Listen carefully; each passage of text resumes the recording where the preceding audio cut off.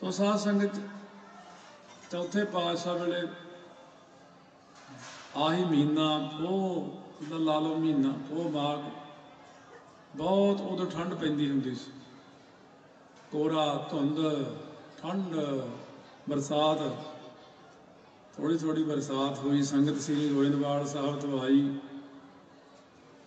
महाराज जी महिला के उपर खड़ के संगत सारी का इंतजाम देख रहे सी अमृत वेले इशनान किया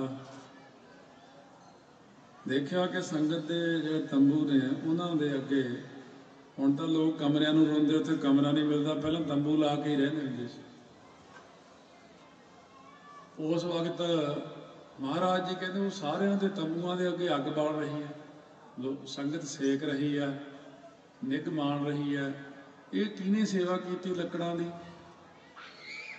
कहते महाराज जी ये कोई भाई आदम है नाम उसका उन्होंने सेवा की है वो जब लंगर में लकड़ा पाउंदा सी एक गठड़ जिहा वो जमा करी गया ते एक गठड़ लंगर च पा दिंदा सी एक ढेरी जी लिया के एक पंड कह लो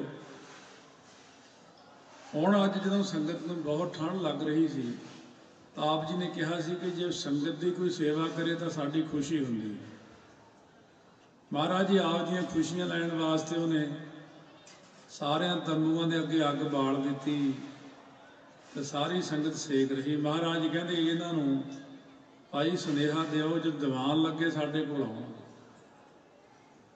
जब दीवान लग्या सुनेहा मिलिया पहुँच गए पति पत्नी नमस्कार की उम्र भी बहुत हो चुकी है 50 तो उत्ते टप गए 60 साल के नेड़े महाराज जी कहते भाई आदम जिहड़ी भावना नाल सेवा की है शरधा नाल सेवा की है संगत नूं गुरु रूप जाणिया परमेश्वर रूप जान के सेवा की है असीं बहुत प्रसन्न हाँ हुण तूं इउं कर मंग की मंगदा साडे पासे महाराज जी सब कुछ तुहाडा दिता होया बख्शिश है कोई इच्छा नहीं फिर बचन होया महाराज जी कोई लोड़ नहीं सब कुछ हैगा अंदर तो सी भी पुत्र है नहीं मंग लीए पर उम्र देख के चिट्टी दाढ़ी देख के शर्म जी आउंदी जी मंगदे कि की कहणगे लोग महाराज जानी जान सी कहने 2 वचन हो गए कोई नहीं कल फिर करांगे 3जा वचन जाके पत्नी ने कहा कह लगी तुसी मंग लेना सी पुत्र कहना मैनूं तां शर्म आउंदी की कहोगी संगत भी इन्नी बिरध अवस्था में जाके हुण पुत्र मंगण लगी कहनी तुसी ना बोलियो मैं मंग लूँगी हुण अपनी इन्नी जायदाद है जमीन है कौन संभूगा दुनिया च अपना नाम नहीं रहना तो जदों जाके सतगुरां ने भजन किया अगले दिन भाई आदम मंगो की मंगते हो सतगुरां ने जानी जान सी कहते बीबी मंगो की मंगते हो भी खड़ी होगी महाराज पुत्र नहीं है औलाद नहीं है ये सुख नहीं देखा सतगुरां ने नेत्र बंद किए हुण इत्थे विचार आऊगी भी सतगुरु नेत्र बंद करने की लौड़ पैंदी ਜਿਹੜੇ सियाणे बैठे संगत काफ़ी उच्ची अवस्था जां सूझवान ने नहीं लोड़ नहीं पैंदी पर सतगुरु फिर भी कुछ ओला रख जाते हैं क्योंकि सामने ही सारा तली ते ही हुंदा सारा कुछ फिर भी नेत्र बंद करके कहते भाई आदम पिछला 100 जन्म ते अगला 100 जन्म निगाह मारिया है नहीं पुत्र तेरे कर्मां च पर असीं वचन कीता असी तेरी भावना देखी है तेरी जी तू संगत की सेवा की तुसीं हुण सुन लो ये गल ध्यान नाल भी जी भावना होंदी है वड्डी होंदी भावना नाल कीती कोई भी सेवा जिहड़ी आ वो बहुत कुछ दवा जाती है कहने असी अपनी अंश विचों तैनूं अपना पुत्र देवांगे जिन्हें साडे घर जन्म लेना सी वो असी अपना पुत्र तैनूं देवांगे ਉਹਦਾ नाम तो भाई भगतू रखी भाई का भगता, भाई के किन्ने पिंड ने। सो साध संगत, सोढियां की खासियत है कद 6 सवा 6 6.5 फुट ते दाड़ा लंबा लंबा सोहना, नेत्र वड्डे वड्डे, चेहरा संसार नालों वखरा ही हुंदा। चित्रकार फोटो बनाउंदे आ बाबा अजीत सिंह, बाबा जुझार सिंह जी दी। बाबा जी नूं छोटा जी दिखाउंदे उत्थे, बाबा जुझार सिंह जी ने। कलगीधर महाराज का कद 6 फुट 2 इंच, माता साहिब कौर जी का 6 फुट है। पहला सारे 6 फुट ही होंगे। सो साहिबजादियां दे जिहड़े कद ने वो दोनों के ही 6-6 फुट ने। उम्र भावें छोटी है पर ऐस अज का तो पुराने का फर्क। सरू वर्गे लंबे अपने ही निके निके टिड्डियां जिहियां बन के न्याणे, बाहरले देशों तो हले भी कद लंबे ने। गोरियां दे जां अरब कंट्रियां विच हुण भी जाओ, उन्हां दा खाण पीण रहन सहन, लंबे लंबे कद, न्याणे पछाणे नहीं जाते भी ये 13 साल का 14 का है। अच्छा, देखण तो 20 का लगता। पुराने समय में खाद खुराकां ते अंस बंस देखनी है किहदी। बाबा जी का 6 फुट कद, बाबा जुझार सिंह जी का। उम्र छोटी है पर तिखी तलवार है। जिदन न जाते सी बस आहो ही लाउंदे जाते सी। सो इस करके सोढ़ वंश के विचों भाई आदम नूं भाई भगतू की दात बख्शी। सो भाई इस करके जदों मैं उन्हां दी कुल दे बंदियां नूं किते मिलां, वर्ल्ड दे विच भी सारी दुनिया च मैं किते मेरे सामने भाई के खड़ जाण आके, मैं जद ही कह ना तू भाई का, कहना हाँ। मैं कहा शक्ल थोड़ी सारे दी इक्को जी है, बड़े बड़े नेत्र, चिट्टे चिट्टे, गोरा रंग, लंबिया लंबिया दाड़ियां धुनी तक। इस करके साध संगत भाई आदम जी ने भावना दे नाल सेवा की। जिन्नी भी सिੱਖੀ विच पहले पातशाह तो लैके 10वें पातशाह तक, 10वें तो लैके हुण तक जिन्ना भी कुछ होया संसार में, जे इस तो पहलां दी भी भावना देखिए, गोविंद भाओ भगत दा भुखा, प्रेमा भगती है। कृष्ण जी की उदाहरण पिछली भी लै लीए तो देख लो, बिदर दे घर गए ने, ये नहीं सी कि पहला भगत नहीं हुए, पहला भावना नहीं हुई।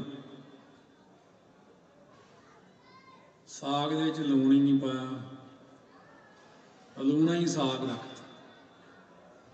लूण है नहीं, कृष्ण जी खाई जाते हैं, बड़ा स्वाद, बहुत ही स्वाद, बहुत ही स्वाद। वो तो जो आप खादा बाद फिर पता लगे भी लूण ही नहीं पाया।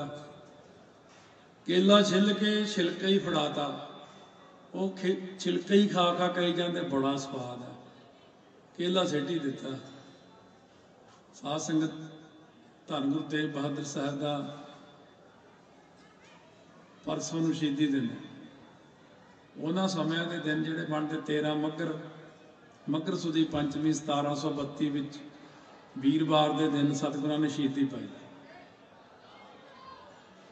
जब सतगुरु महाराज सच्चे पातशाह नूं संगतां ने बहुत रजोइयां कीतियां, घरां 'च बैठे महाराज प्रसादा, एक सिख ने प्रसादा तैयार किया, बैठ के धन्ने भगतों को कहना जे छकोगे आके तो छकांगा, नहीं छकिया। वो प्रसादा उन्हें सुट दिता, फिर होर तैयार करके फिर बह गया। महाराज जी कहते हुण जाना ही पैना।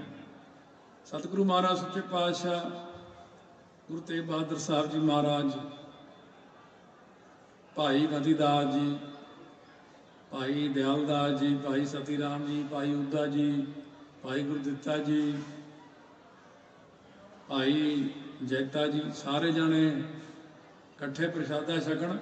सतगुरां ने नेत्र बंद किए, अंदर बैठे बेशक जेल दे विच समेत सिखां दे प्रगट हो गए। वो सिख नूं इन्नी खुशी हुई, पीढ़ी पुठी उडाती ते पुठी पीढ़ी दे ते सफ विछाती। सतगुरु जी अपनी कला नाल ही आके उपर बैठ गए, नहीं तो थले धस जाती सारी, वो तकलीफ हुंदी। उन्होंने पत्नी सिख की जिहड़ी सी ਇੰਨੀ ਭਾਵਨਾ ਵਿੱਚ ਭਿੱਜ ਗਈ ਉਹ ਵੀ ਉਹਨੇ ਖੀਰ ਦੇ ਵਿੱਚ ਪੀਸਿਆ ਹੋਇਆ ਲੂਣ ਹੀ ਬਰੂਰਤਾ ਹੈ, ਕਹਿੰਦੇ ਮਿੱਠੇ ਦੀ ਥਾਂ।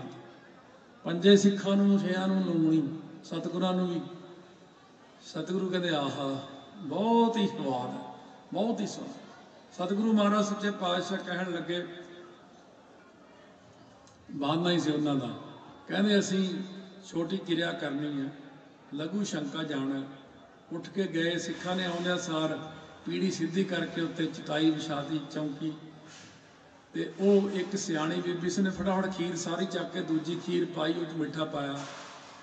ਮਹਾਰਾਜ ਜੀ ਕਹਿੰਦੇ ਉਹ ਭਾਵਨਾ ਵਾਲੀ ਪੀੜੀ ਜ਼ਿਆਦਾ ਵਧੀਆ ਸੀ, ਇਹ ਤਾਂ ਸਿੱਧੀ ਹੋ ਕਰਦੀ ਤੁਸੀਂ। ਕਹਿੰਦੇ ਉਹ ਭਾਵਨਾ ਵਾਲੀ ਖੀਰ ਬਹੁਤ ਸਵਾਦ ਸੀ, ਇਹ 'ਚ ਤਾਂ ਮਿੱਠਾ ਪਾਇਆ ਨਾ, ਇਹ ਉਨੀ ਸਵਾਦ ਨਹੀਂ ਹੈਗੀ। ਜਿਹ 'ਚ ਲੂਣ ਪਾਇਆ ਸੀ ਪ੍ਰੇਮ ਨਾਲ, ਉਹ ਜ਼ਿਆਦਾ ਸਵਾਦ ਸੀ।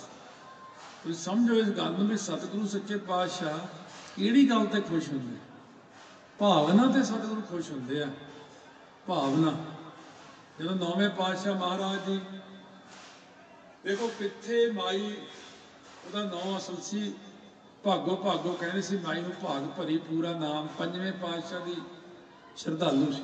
ਪੰਜਵੇਂ ਪਾਤਸ਼ਾਹ ਮਹਾਰਾਜ, ਛੇਵੇਂ ਪਾਤਸ਼ਾਹ ਮਹਾਰਾਜ, ਸੱਤਵੇਂ ਅੱਠਵੇਂ ਤੱਕ, ਨੌਵੇਂ ਸਰੂਪ ਤੱਕ ਬਹੁਤ ਬਿਰਧ ਹੋ ਚੁੱਕੇ ਸੀ।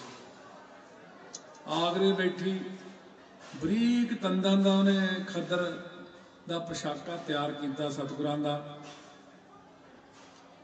ਮਹਾਰਾਜ ਜੀ ਆਉਣਗੇ ਫਾਉਣਗੇ, ਆਉਣਗੇ ਫਾਉਣਗੇ।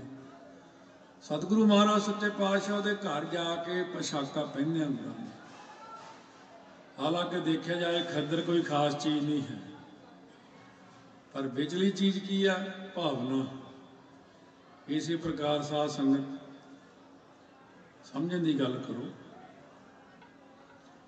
ਮੱਥਾ ਟੇਕਣ ਆਉਂਦੇ ਹੋ, ਟੇਕਣਾ ਤਾਂ ਹੈ ਹੀ ਆ, ਭਾਵਨਾ ਨਾਲ ਟੇਕ ਲਓ। ਜੇ ਭਾਵਨਾ ਨਾਲ ਮੱਥਾ ਟੇਕ ਲਓਗੇ ਤਾਂ ਕਿਰਪਾ ਹੋ ਜਾਊਗੀ। ਅਣਭਾਵਨਾ ਜੀ ਵੱਖਰੀ ਚੀਜ਼। ਜਿਵੇਂ ਉਹ ਬੰਦੇ ਨੇ ਕਿਹਾ ਵੀ ਮੇਰਾ ਨਜ਼ਰੀਆ ਹੀ ਬਦਲ ਗਿਆ ਮੱਥਾ ਟੇਕਣ ਦਾ। ਛੇਵੇਂ ਪਾਤਸ਼ਾਹ ਨੇ ਜਿਵੇਂ ਬਾਬਾ ਗੁਰਦਿੱਤਾ ਜੀ ਨੂੰ ਵਚਨ ਕੀਤਾ ਸੀ, ਲਓ ਬੇਟਾ ਜੀ ਇਹ ਸਰੂਪ ਪ੍ਰਕਾਸ਼ ਕਰਨਾ। ਜਦੋਂ ਬਾਬਾ ਗੁਰਦਿੱਤਾ ਜੀ ਨੂੰ ਕਿਹਾ ਗੁਰਕੀਰਤਪੁਰ ਸਾਹਿਬ ਨਗਰ ਵਸਾਉਣਾ, ਸਰੂਪ ਪ੍ਰਕਾਸ਼ ਕਰਨਾ, ਧੂਪ ਬੱਤੀ ਲਾਉਣੀ, ਜੋਤ ਲਾਉਣੀ। ਬੇਟਾ ਜੀ ਪ੍ਰਕਾਸ਼ ਕਰਨ ਵੇਲੇ 5 ਅੰਗ ਪੜ੍ਹਨੇ ਜ਼ਰੂਰੀ ਹੈ, ਔਰ ਨਾਲ ਜਦੋਂ ਇਹਨਾਂ ਨੂੰ ਮੱਥਾ ਟੇਕਣਾ ਇਸ ਸਰੂਪ ਨੂੰ, ਉਸ ਵਕਤ ਤੁਸੀਂ ਨਿਰੰਕਾਰ ਜਾਣ ਕੇ ਮੱਥਾ ਟੇਕਣਾ। ਦੇਖੋ ਭਾਵਨਾ, ਤੁਸੀਂ ਮੱਥਾ ਟੇਕਣ ਜਾਂਦੇ ਹੋ, ਦੱਸਣ ਨਾਲ ਫਰਕ ਪੈ ਜਾਂਦਾ ਇਹ ਚੀਜ਼ ਦਾ। ਤੁਸੀਂ ਮੱਥਾ ਟੇਕਦੇ ਹੋ, ਧਿਆਨ ਕਿਤੇ ਆ, ਉਹ ਕਿਤੇ ਆ, ਕਿਤੇ ਮੱਥਾ ਟੇਕ ਕੇ ਆ ਗਏ ਆ। ਪਰ ਭਾਵਨਾ ਦੇ ਨਾਲ ਮੱਥਾ ਟੇਕਣਾ ਹੋਰ ਚੀਜ਼ ਹੁੰਦੀ। ਨਿਰੰਕਾਰ ਜਾਣ ਕੇ ਆਪਾਂ ਹੁਣ ਸਾਰੇ ਪੜ੍ਹਦੇ ਹਾਂ, ਭਾਵਨਾ ਇੱਕ ਬਣੀ ਹੋਈ, ਧੰਨ ਗੁਰੂ ਨਾਨਕ ਤੂੰ ਹੀ ਨਿਰੰਕਾਰ। ਭਾਵਨਾ। ਪਰ ਸਤਿਗੁਰਾਂ ਨੇ ਆਪ ਫਰਮਾਨ ਕੀਤਾ, ਵਾਉ ਵਾਉ ਬਾਣੀ ਨਿਰੰਕਾਰ ਹੈ, ਤਿਸ ਜੇਵ ਡਬਰ ਨਾ ਕੋਈ। ਜਿਹੜਾ